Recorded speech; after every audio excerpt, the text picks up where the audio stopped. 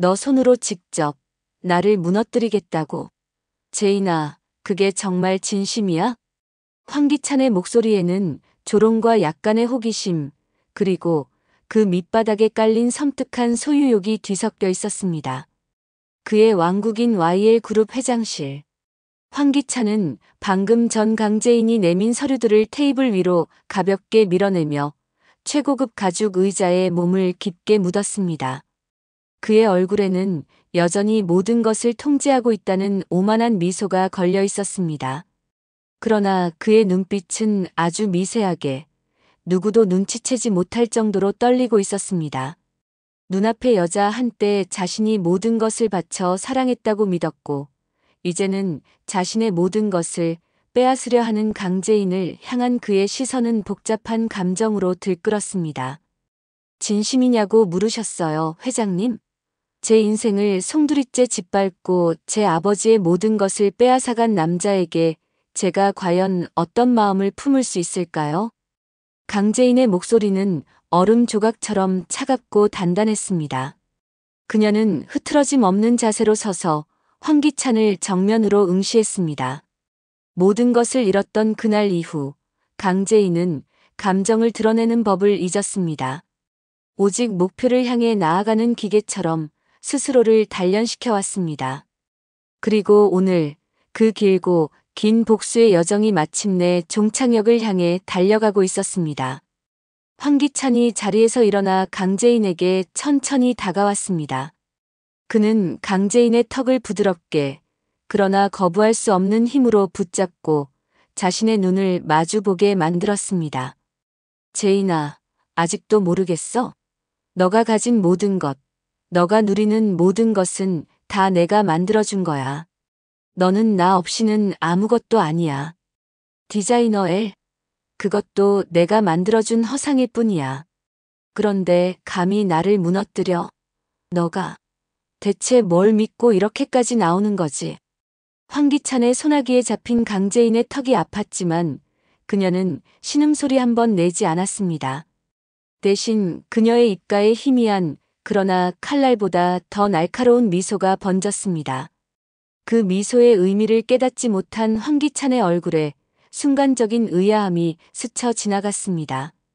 강재인은 황기찬의 손을 차갑게 뿌리치고 한 걸음 뒤로 물러섰습니다. 제가 믿는 것이요? 회장님이 그토록 완벽하게 숨겼다고 믿었던 추악한 진실, 그리고 당신이 인간의 탈을 쓴 악마라는 명백한 증거입니다. 강재인의 말이 끝나기 무섭게 회장실의 대형 스크린이 스스로 켜졌습니다. 당황한 황기찬이 리모컨을 찾으려 했지만 이미 모든 통제권은 그의 손을 떠나 있었습니다. 화면에 나타난 것은 YL그룹의 긴급 이사회 소집 공지였습니다. 그리고 발신인은 다름 아닌 DH홀딩스의 대표 정호성이었습니다. YL그룹의 지분을 무섭게 잠식하며 황기찬의 목을 조여오던 바로 그 적수였습니다. 이게 무슨 짓이야? 황기찬이 버럭 소리를 질렀습니다. 그의 자신만만했던 얼굴이 처음으로 무너지기 시작했습니다. 강재인은 그런 그를 싸늘하게 바라보며 자신의 스마트폰을 들어 시간을 확인했습니다. 복수의 시계가 정확히 오후 2시를 가리키고 있었습니다. 모든 사건의 시작점이었던 그 끔찍한 진실이 세상 밖으로 터져나오기까지 이제 불과 몇 분 남지 않았습니다. 모든 퍼즐이 맞춰지기 시작한 것은 불과 몇 시간 전 DH홀딩스의 적막한 회의실에서였습니다. 점심 식사 후에 나른함이 온몸을 감쌀 시간이지만 그곳에 모인 세 사람, DH홀딩스의 정호성 대표와 김도윤 본부장, 그리고 강재인의 주위에는 살얼음판 같은 긴장감만이 감돌았습니다. 그들의 시선은 테이블 중앙에 놓인 작은 USB 하나에 못 박혀 있었습니다. 오랜 침묵을 깬 것은 정호성 대표였습니다. 그의 목소리는 잔뜩 쉬어 있었습니다. 왕식이 형님, 그분이 국내 최고의 음향 장비 기술자입니다. 그분 덕분에 파일에 섞여 있던 온갖 노이즈를 완벽하게 제거했습니다. 이제 김도혜 씨의 마지막 순간을 아주 선명하게, 바로 곁에 있는 것처럼 들을 수 있을 겁니다. 정우성 대표의 말 한마디 한마디가 김도윤 본부장의 심장에 비수처럼 꽂혔습니다. 촉망받는 외과 의사였던 그가 하얀 가운을 벗어 던지고 피도 눈물도 없는 투자의 세계로 뛰어든 이유는 단 하나. 억울하게 세상을 떠난 하나뿐인 여동생 김도희의 죽음에 얽힌 진실을 밝혀내기 위함이었습니다. 강재인은 겉으로는 가장 침착해 보였습니다. 하지만 테이블 아래에서 하얗게 질리도록 꽉 쥔 그녀의 두 주먹은 그녀의 내면이 얼마나 격렬한 분노의 용암으로 들끓고 있는지를 증명하고 있었습니다. 아버지의 평생이 담긴 회사를 집어삼키고 자신의 인생마저 나락으로 떨어뜨린 황기찬에 대한 증오, 그리고 그의 곁에 기생하며 온갖 악행을 스스럼 없이 저질렀던 사촌 강세리에 대한 견멸이 그녀의 영혼을 잠식하고 있었습니다. 강재인에게 복수는 삶의 이유 그 자체였습니다. 정우성 대표가 마른 침을 삼키며 USB를 노트북에 연결했습니다. 그의 손가락이 재생 버튼 위에서 잠시 머뭇거렸지만 눈을 질끈 감고 버튼을 눌렀습니다. 회의실 안은 숨막히는 정적으로 가득 찼습니다. 스피커에서 흘러나온 첫 소리는 지직거리는 잡음이 아니었습니다. 그것은 한밤의 고요를 잔인하게 깨부수는 타이어가 아스팔트에 끌리는 섬뜩한 마찰음이었습니다. 그리고 곧바로 이어진 것은 한 여성의 이 세상의 것이라고는 믿기지 않을 만큼 처절한 비명이었습니다. 으악, 아. 그 목소리의 주인을 김도윤은 단번에 알아차렸습니다. 세상에서 가장 사랑했던 자신의 목숨과도 바꿀 수 있었던 동생, 김도희의 목소리였습니다. 김도윤의 입에서 신음이 터져 나왔습니다. 그는 의자 등받이에 몸을 기댄 채 가슴을 부여잡았습니다. 심장이 갈갈이 찢겨나가는 듯한 통증이 온몸을 덮쳤습니다. 파일에서는 계속해서 차량이 역주행하며 무언가를 쫓는 듯한 굉음과 함께 김도희가 울부짖는 목소리가 생생하게 흘러나왔습니다. 이사님, 살려주세요. 제발 이사님. 그 애원 섞인 절규를 듣는 순간 강재인이 얼음처럼 차가운 목소리로 말했습니다. 그녀의 눈은 한치의 흔들림도 없이 확신에 차 있었습니다. 이사님이라고 부르는 걸 보니 황기찬이 틀림없습니다. 사고 당시 황기찬은 YL그룹의 이사였습니다. 강재인의 확신에 찬 말은 김도윤에게 더 큰 절망으로 다가왔습니다. 그의 얼굴은 살아있는 사람이라고는 믿기지 않을 만큼 새하얗게 질려버렸습니다.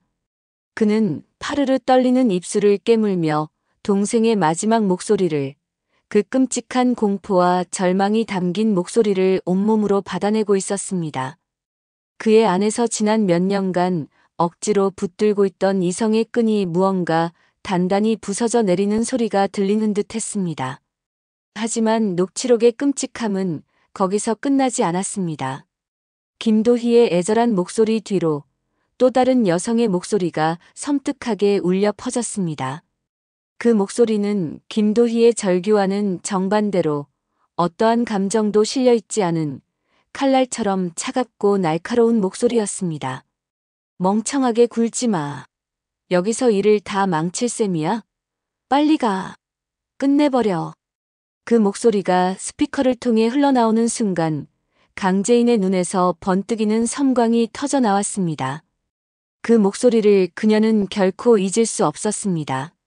이 여자 목소리는 강세리가 확실합니다. 강재인의 목소리는 낮고 단호했습니다. 그러나 그 안에는 지옥의 불길보다 더 뜨거운 분노가 담겨 있었습니다. 황기찬 그리고 강세리. 자신의 인생을 망가뜨린 두 원수가 한 사람의 인생을 그것도 아주 잔인한 방식으로 짓밟았다는 사실을 확인한 순간이었습니다. 모든 퍼즐 조각이 마침내 제자리를 찾았습니다. 강재인의 입가에는 오직 복수를 완성하기 직전인 자만이 지을 수 있는 서늘하고도 아름다운 미소가 피어올랐습니다. 황기찬 그리고 강세리. 그때까지 간신히 이성을 붙들고 있던 김도윤이 마침내 참았던 분노를 터뜨리며 육중한 원목 테이블을 주먹으로 내리쳤습니다. 쿵 하는 굉음과 함께 테이블 위에 찻잔이 나뒹굴었습니다. 그 두 사람이 내 동생을 죽인 진범이었어. 도희야, 오빠가 너무 늦었구나. 미안하다, 정말 미안하다. 김도윤의 목소리는 분노와 슬픔, 그리고 스스로에 대한 자책감으로 격하게 떨리고 있었습니다. 그의 눈에서 뜨거운 눈물이 뺨을 타고 흘러내렸습니다. 정우성 대표가 착잡한 표정으로 그의 어깨를 두드리며 냉정하게 상황을 정리했습니다. 이제 YL그룹의 경영권을 되찾을 명분도 저들을 사회적으로 완전히 매장해버릴 증거도 모두 확보되었습니다. 이 녹취 파일 하나면 모든 것을 끝낼 수 있습니다. 그때 강재인이 조용히 자신의 손가방에서 작은 벨벳 주머니를 꺼냈습니다. 그녀가 주머니를 열어 내용물을 테이블 위에 올려놓자 세 사람의 시선이 그곳에 고정되었습니다. 조명 아래 그것은 영롱한 황금빛을 뽐내고 있었습니다. YL그룹의 로고가 정교하게 새겨진 최고급 황금 커프스였습니다. 과거 황기찬의 저택 서재에서 몰래 가져온 것입니다. 사고 현장에서 발견된 커프스 한쪽과 완벽하게 한 쌍을 이룹니다. 녹취 파일이 소리 증거라면 이것은 누구도 부인할 수 없는 물적 증거입니다. 이걸로 완벽한 증거 세트가 완성되었습니다. 강재인이 그것을 테이블 중앙으로 밀어놓자 회의실 안에는 무거운 침묵이 흘렀습니다. 이제 황기찬과 강세리를 파멸시킬 모든 준비가 끝난 것이었습니다. 바로 그때 강재인의 휴대폰이 짧게 진동했습니다. 화면에는 YL그룹 비서실에서 보낸 긴급 이사회 소집 요청이라는 문구가 선명하게 떠 있었습니다. 그것은 길고 길었던 복수의 서막이 오르는 신호탄이었습니다. 같은 시각 YL그룹 회장실에서 황기찬은 초조하게 사무실을 서성이고 있었습니다. 거대한 통유리창 너머로 펼쳐진 서울의 화려한 전경도 그의 불안한 마음을 달래주지는 못했습니다. 황기찬은 몇 시간째 강재인에게 전화를 걸고 있었지만 길게 이어지는 신호음 끝에 들려오는 것은 차갑고 기계적인 음성 사서함 안내뿐이었습니다. 제인아, 나야. 제발 전화 좀 받아.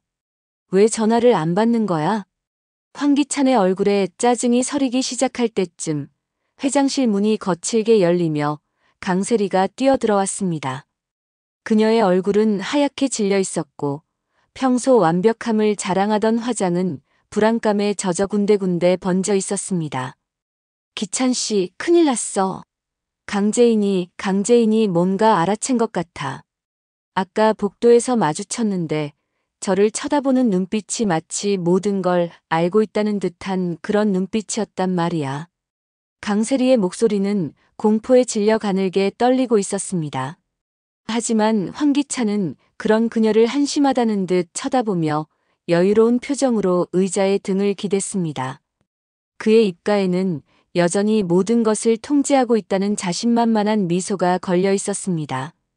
걱정하지 마, 세리야. 내가 강재인을 누구보다 잘 알아. 걔는 절대 내 손아귀를 벗어날 수 없어. 조금 토라진 것뿐이야. 결국에는 내게 돌아오게 되어 있어. 언제나 그랬듯이.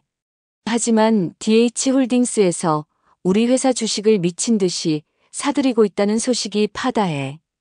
그리고 조금 전에 긴급 이사회가 소집되었다는 연락까지 왔단 말이지.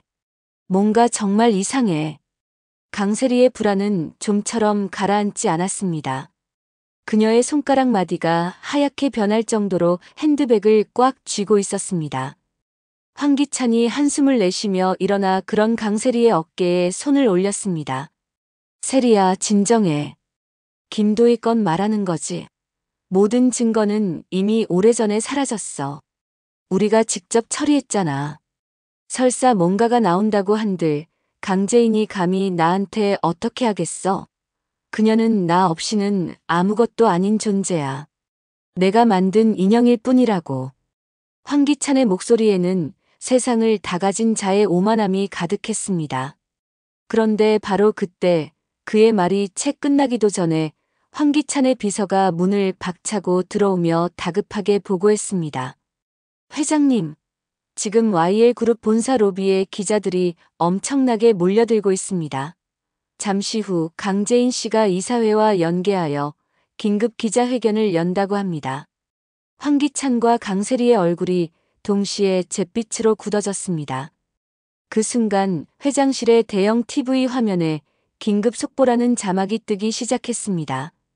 화면에는 YL그룹 본사 기자회견장과 이사회실 복도가 비춰졌고 수많은 카메라 플래시 속으로 강재인이 김도윤과 함께 당당하게 걸어 들어오는 모습이 생중계되고 있었습니다. 잠시 후 YL그룹 이사회실은 그야말로 폭풍전야의 긴장감에 휩싸여 있었습니다. 황기찬이 상석에 앉아 애써 태연한 표정을 짓고 있었지만 다리 밑으로 그의 구두 끝이 초조하게 떨리고 있었습니다. 강세리는 이사 자격으로 그의 옆에 앉아 있었지만 이미 영혼이 빠져나간 사람처럼 멍한 표정이었습니다. 잠시 후 회의실 문이 열리고 강재인과 김도윤 그리고 정호성 대표가 변호인단과 함께 들어섰습니다. 모든 이사들의 시선이 그들에게로 쏠렸습니다. 지금 뭐 하는 짓이야? 여긴 아무나 들어오는 곳이 아니야. 당장 끌어내. 황기찬이 고함을 쳤습니다. 하지만 정호성 대표가 여유롭게 서류 하나를 꺼내 보였습니다. YL그룹 지분 35%를 확보한 이대 주주 자격으로 긴급 이사회에 참석하는 바입니다. 그리고 이 자리에서 황기찬 회장의 해임안을 긴급 안건으로 상정합니다. 이사들 사이에서 술렁임이 터져 나왔습니다. 황기찬의 얼굴이 분노로 붉게 달아올랐습니다. 바로 그때 강재인이 한 걸음 앞으로 나섰습니다. 그녀의 모습은 마치 정의의 여신처럼 결연해 보였습니다. 그녀의 손에는 작은 녹음기가 들려 있었습니다. 황기찬 회장의 해임 사유는 지금부터 제가 밝힐 김도희 씨 사망 사건의 진실로 충분할 겁니다. 회견장의 공기가 순식간에 얼어붙었습니다. 강재인은 준비해온 녹음기를 회의실 중앙의 마이크에 연결했습니다. 이것은 김도희 씨의 마지막 순간이 담긴 녹취록입니다. 국내 최고의 기술로 노이즈를 완벽하게 제거한 원본 파일입니다. 재생 버튼이 눌리자 이사회실 전체에 김도희의 절규하는 목소리가 생생하게 울려 퍼졌습니다. 모든 이사들의 시선이 황기찬과 강세리에게로 향했습니다. 강세리는 비명을 지르며 두 손으로 귀를 막았습니다. 황기찬은 믿을 수 없다는 표정으로 스피커를 노려보았습니다. 강재인은 다시 서류 봉투에서 황금색 커프스 한 쌍을 꺼내 높이 들어 보였습니다. 이것은 사고 현장에서 발견된 황기찬 회장의 커프스입니다. 나머지 한쪽은 황기찬 회장의 저택에서 발견했습니다. 김도희 씨는 단순 교통사고로 위장되었지만 실상은 황기찬과 강세리, 이 두 사람이 공모하여 저지른 계획적인 살인입니다. 이사회실은 그야말로 폭탄을 맞은 듯한 혼란에 휩싸였습니다. 황기찬의 얼굴은 이제 핏기 하나 없이 창백했습니다. 강세리는 거의 정신을 잃기 직전이었습니다. 강재인이 손을 들어 소란스러운 이사회장을 진정시키고는 아직 끝나지 않았다는 듯 말을 이었습니다.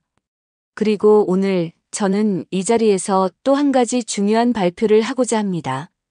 강재인은 잠시 말을 멈추고 곁에 서서 자신을 든든하게 지지해주고 있는 김도윤을 바라보았습니다.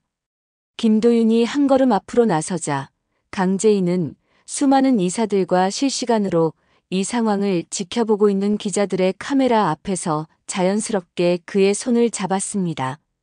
수많은 카메라 플래시가 두 사람의 맞잡은 손에 집중되었습니다. 아니야, 재인이가 나한테 이럴 리가 없어. 이건 전부 오해야. 저건 조작된 거야. 황기찬이 미친 사람처럼 중얼거리며 두 사람을 노려보았습니다. 강재인은 황기찬을 파렴치한 살인자라고 명명하고 있었습니다. 그의 전신이 걷잡을 수 없는 분노와 배신감으로 떨리기 시작했습니다. 바로 그때 강세리가 황급히 달려와 황기찬의 팔을 붙잡았습니다. 그녀의 얼굴은 공포와 절망으로 완전히 일그러져 있었습니다. 기찬 씨, 우리 이제 끝났어. 빨리 도망가야 해. 지금 당장 해외로 가자. 아직 늦지 않았을지도 몰라. 강세리의 목소리는 히스테리에 가까웠습니다. 하지만 황기찬은 여전히 강재인과 김도윤의 맞잡은 손에 고정되어 있었습니다. 그를 그토록 경멸하고 무시했던 김도윤이 감히 자신의 여자라고 생각했던 강재인의 손을 잡고 있었습니다. 재인아, 왜 나한테 이렇게까지 하는 거야? 황기찬의 목소리에는 분노보다 더 깊은 존재 자체가 부정당하는 듯한 절망이 묻어 있었습니다.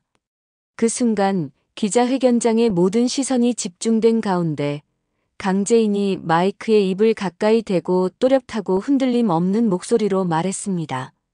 저의 두 번째 발표는 저는 제 곁에 있는 김도윤 본부장님과 결혼하겠습니다. 순간 황기찬의 세상이 무너져 내렸습니다. 시간이 멈추고 소리가 사라지고 오직 강재인의 목소리만이 그의 귓가에 악마의 속삭임처럼 맴돌았습니다. 뭐라고? 황기찬의 목소리가 쇳소리처럼 갈라졌습니다. 그의 얼굴에서 모든 혈색이 사라졌습니다. 결혼. 강재인이 다른 남자와 결혼을 한다는 사실은 그가 저지른 살인 혐의가 세상에 폭로된 것보다 훨씬 더 큰 감당할 수 없는 충격으로 다가왔습니다.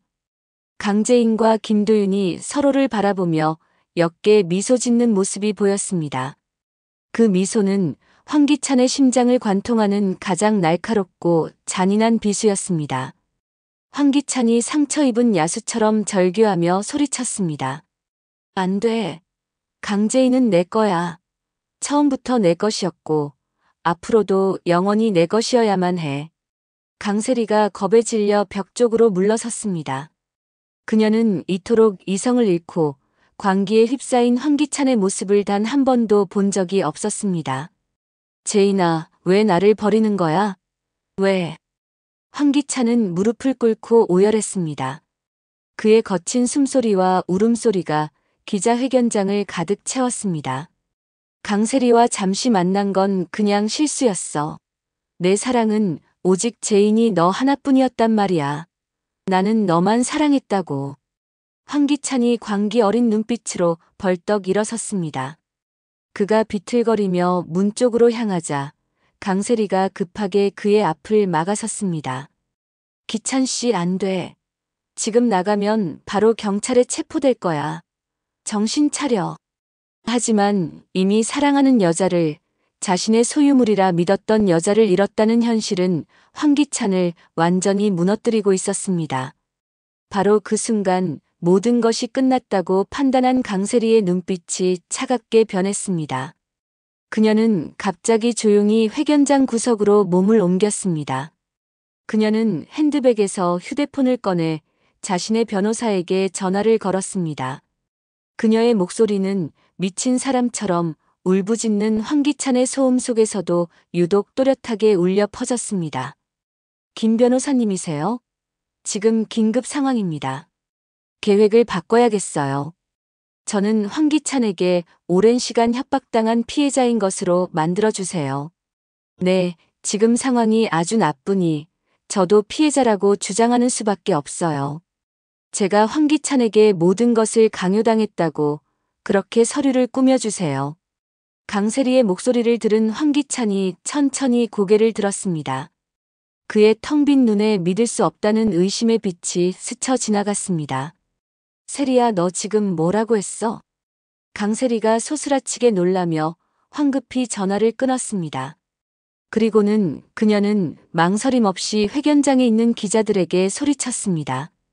그녀의 외침은 황기찬에게 천둥 소리처럼 크고 명확하게 들렸습니다. 기자님들, 저 강세리입니다. 긴급 제보하겠습니다. 제가 바로 김도혜 씨 사건의 목격자이자 황기찬 회장에게 협박당한 또 다른 피해자입니다. 제가 모든 진실을 밝히겠습니다. 강세리. 유일하게 자신의 곁에 남아있다고 믿었던 그녀마저 자신을 배신했다는 사실에 황기찬의 마지막 남은 이성의 끝마저 산산조각 났습니다. 강재인의 배신에 이은 강세리의 배신. 그는 완벽한 고립무원의 상태에 빠진 것이었습니다. 몇 분 후 YL그룹 회장실 앞 복도는 경찰과 기자들로 아수라장이 되었습니다. 체포영장을 든 경찰들이 굳게 닫힌 회장실 문을 강제로 열었습니다. 안에는 모든 것을 포기한 채 멍하니 바닥에 앉아있는 황기찬이 있었습니다. 황기찬 씨, 살인 및 살인 교사 혐의로 긴급 체포합니다. 차가운 쇠고랑이 황기찬의 손목에 채워졌습니다.